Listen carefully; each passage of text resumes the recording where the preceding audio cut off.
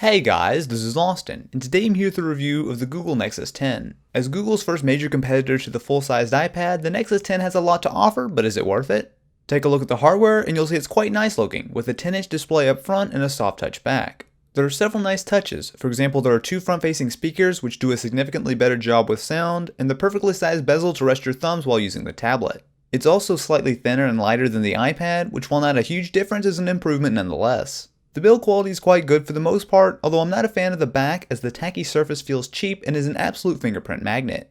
You'll find a full complement of ports, including a headphone jack, USB port, along with HDMI out hiding on the top right edge. The power and volume buttons are up top, which are a bit awkward to reach for, but it's something you get used to pretty quickly.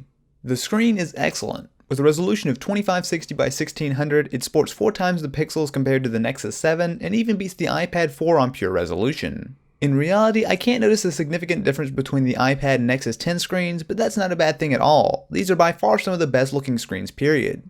Text is incredibly sharp with lots of detail even when viewing it up close, and even 1080p videos don't take full advantage of the screen.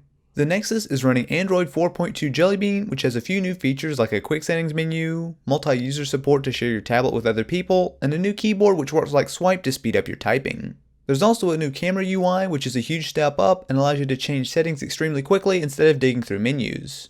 Performance is generally very good. Even with pushing around a huge amount of pixels, the tablet stays nice and smooth. You can run into issues occasionally in some apps like Chrome, but overall it's solid and the benchmarks back this up. With a 1.7 GHz Exynos 5 dual-core processor and 2 GB of RAM, this delivers excellent scores thanks to the brand new Cortex A15 architecture. Gaming is no problem either, with plenty of horsepower for even more graphically intense titles.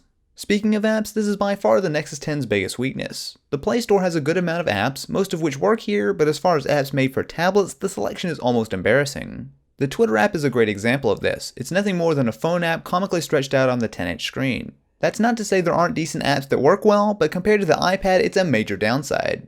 Battery life is excellent. In my testing, I was easily able to make it through several days of casual use, although gaming does take a pretty significant chunk out of the battery. For only $400, the Nexus 10 brings the best of Android along with good hardware and excellent specs. It's comfortable to use, has a spectacular screen, and plenty of battery life to last for days. The poor app selection is a big issue, but that doesn't stop the Nexus 10 from being by far the best 10-inch Android tablet out there. Feel free to check out more Nexus 10 videos here, and if you enjoyed, be sure to hit up that like button and subscribe for more. Anyway, I'll catch you guys in the next one.